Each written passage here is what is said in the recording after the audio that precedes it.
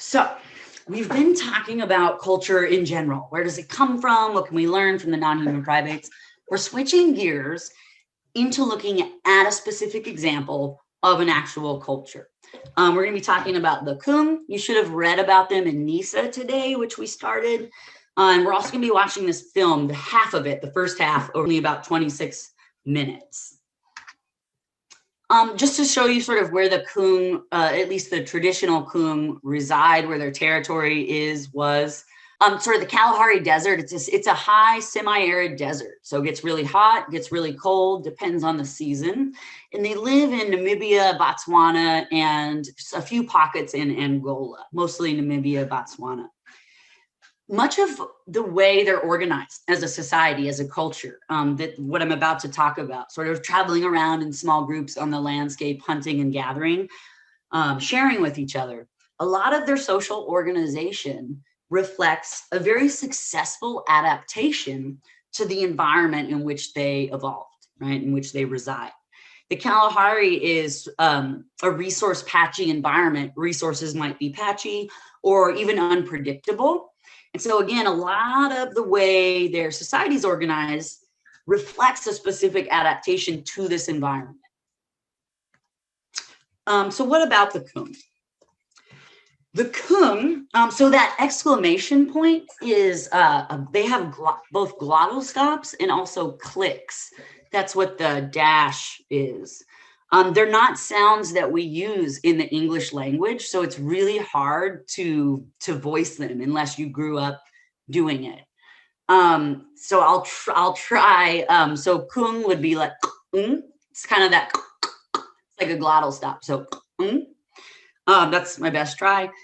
So the Kung, also the San, they're also called the San, which refers to the San language group that they're part of. You might hear them called the Sun Kung. They're also referred to as the Jun Toisi. In the Jun Toisi, this is the Emic name. This is what they call themselves. It means the real people. They're also sometimes referred to as Bushmen. This is incredibly derogatory and shouldn't be used.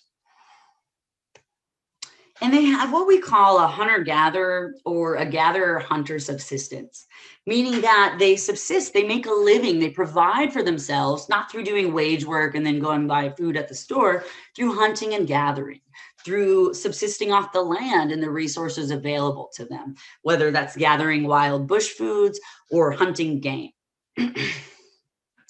Shostak calls them, you usually hear people say hunter-gatherer. That's just the term. Shostak calls them gatherer-hunters. Does anyone know why? Why does she do that? Why does she, Shostak, who's the author of NISA that we're reading, why does she call them that? Angel, yeah. Because most of those societies get most of their subsistence from gathering rather than hunting. Yeah, because gathering is about 75% of the diet. So even though hunting meat is highly prized and everyone gets really excited when a hunt is successful because everyone gets a piece of that meat, most of the diet comes from gathering, from the bush foods, mungongo nuts, sour plums, berries, right? Water roots, whatever it might be. And so women contribute women mostly gather and men primarily hunt. And it's not because, we haven't really read about this just yet. It's not because men can't, or women are not allowed to go hunting. They can. Does anyone know why actually women typically don't hunt? It has to do with another aspect of what's going on in their society. I will tell you. So women are primarily, men and women take care of the children, but it's women that give birth and it's women that lactate and breastfeed. Men literally biologically cannot do that. And in the Kalahari, the bush foods are tough. You can't start eating them, you digest them properly until you're sort of a few years of age. Children breastfeed for anywhere, maybe 3, maybe even up to 4 years old. That's their primary source of nutrition. So much so that the Kung have birth spacing. They don't have children more than at least 3-4 years apart, so that that first child or that most recent child has weaned is old enough to sort of eat other food so that you can then breastfeed the newborn. If you have them too close together, you can't breastfeed both at once. It puts the life of the children and the mother at risk. Hunting is risky, but again, women could do it if they wanted. They don't, because they're taking care of the kids. It's a lot easier to take your breastfeeding child and your other small 4-year-old with you gathering, rather than trying to go track a giraffe or game through the bush. So it's just gathering's more conducive to sort of childcare. It's women that biologically breastfeed, men can't do it. So that's one of the reasons. It's not that they're not allowed to go hunt. And hunting contributes maybe about 25% of the diet is meat. Again, about 75% is bush foods. Men gather a little bit. They only contribute to about 40% of the overall diet, depending on sort of the particular moment you look at. A lot of, again, like I was saying, a lot of their social organization, the way they're organized amongst each other, reflects an adaptation to this Kalahari desert. And so several things. They have what we call a band level social organization, which means they travel around in small groups, maybe 10 to 30 people. Maybe during a season where resources are really abundant, they'll congregate in larger groups, but then they'll splinter off again. The environment can't support larger groups of people than this. Again, resources are really sort of patchy and unpredictable. And so you can't really support anything larger than band level population size in this environment. Farming changes this. We'll talk about farming in a couple of weeks. With farming, you've converted that entire, let's just say, acre of land that used to have a little bit of wild plants and maybe an animal on it, a little bit of edible food on that acre that you're hunting and gathering. You start farming, you convert that entire acre into edible food, supports actually much larger populations. We don't see population growth among humans, anything significant, for hundreds of thousands to millions of years. It is not until the agricultural revolution, the start of farming about 10,000 years ago, that we see significant population growth. Prior to 10,000 years ago, farming, this is sort of the way that most people, that we think humans lived for the majority of our existence, hunter-gatherer social organization. So they travel around in these small bands, and they have what we call semi-permanent camps, meaning that they set up camp, but they move often. They're nomadic. They move every maybe week or couple of weeks, maybe after a month. And why? Why do they do that? Why are they so nomadic and don't have permanent settlements? So if you're in one area, after you sort of hunted and gathered for a while, you start to get diminishing returns. You have to go further out, right? It takes longer to get the same return. And so you'll just move the entire camp to sort of a new area and exploit resources for a bit there. And when those start to dwindle down, you'll sort of move on again. Kind of a seasonal round, depending on resource availability. They go to different places. And they have what we call an egalitarian social organization. So for example, in the US, and we'll get into this later in the class, especially when we talk about inequality, we have a stratified society, very unequal, even ranked to an extent that we like to say there's social mobility and anyone can go from the bottom to the top, but that's not actually fully true. That's not the whole story. And where you're born in society has a lot to do with where you end up, right?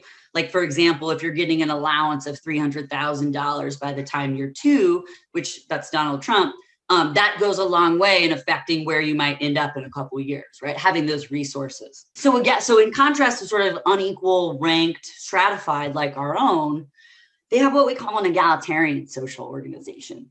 And the way you can think of that word is sort of kind of equal. They're egalitarian. All members of the group are roughly equal to one another. Yeah, there's differences between genders, maybe a little bit, or in ages. Like 6-year-olds don't have the same sway as maybe an older adult in the group. I kind of told you why women tend to gather, men tend to hunt, but everyone's roughly equal and everyone has about the same stuff. They don't really have a lot of personal possessions because they move all the time. So you really don't have more than you can move with, 25 pounds tops. If someone has something that you don't and you want it, you ask them for it and they're going to give it to you, right? They share with each other. Sharing, especially of food, especially meat, is really important, integral to their society. It reflects an adaptation to an environment in which resources are patchy and unpredictable, right? So that if I go out hunting, men are great, they're accomplished hunters, but they're only successful in about 1 out of 4 hunts because game is so scarce in the Kalahari. So they're very good hunters, but there's just not a lot of game. And so they share, because if you come back empty-handed, that's okay. Your group members are going to take care of you, knowing that you're going to return that favor down the road. And in this way, everyone eats, everyone has access to the resources we all need to survive. And they're roughly equal to one another, right? They don't have any formal hierarchy or formal leadership. It doesn't mean that certain individuals in the group don't have sort of more charisma or sway, but it's because they're respected by other group members, because they make good decisions, because of the way they interact with others. If they start becoming, let's just say, an asshole, people will just stop listening to them. Leadership is achieved and it is reversible, right? They don't really have a predefined leader. They sort of reach decisions through the group. And if there is someone with sort of some sway, that's reversible, right? It's only because you're doing things that are helpful to the whole group. That's why people will kind of listen. We'll talk more about the sharing of the Kung in a few weeks. This really classic article called Christmas in the Kalahari. Nisa keeps talking about Richard Lee and Nancy in the book. And this article is written by Richard Lee. It's about something that happened to him when he was out there doing research with the Kung. It's a really, really good. You'll get there when we get there. And this type of social organization, traveling around in small groups, egalitarian, sharing, not valuing someone being hungry, valuing that everyone is fed. This is the way humans have lived as a species for the majority of our existence, right? Anatomically, modern Homo sapiens have been around 100,000 years, and really we're not much different than our ancestors a few million years ago. 90 to 99% of human existence has looked like this. Agriculture's only been around, in a 24-hour day, the last, 10 seconds of that day. That's how long agriculture has been around. The Industrial Revolution, oh my God, that only happened 200 years ago, but barely a snapshot. And there's some massive consequences we've seen from these changes from agriculture and also towards industry. I guess kind of my point is hunting and gathering is a successful adaptation. They've been around for as long as humans have been around.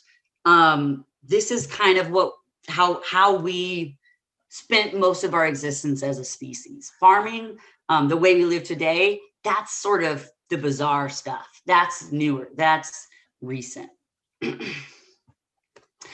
And so you're gonna be watching the first half of Nye.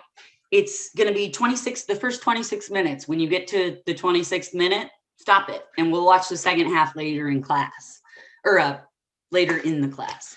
So what to do? Watch the film, stop at 26 minutes, absorb it, take some notes. There's a few film questions I gave you. Just take some notes on it as you watch. You'll be glad you did, because then when you go to sort of analyze what you were seeing, go do your film reflection, those film questions I provide and those notes you took be so helpful for completing that film reflection. Just trust me on that, and you'll see what I mean when you get to it.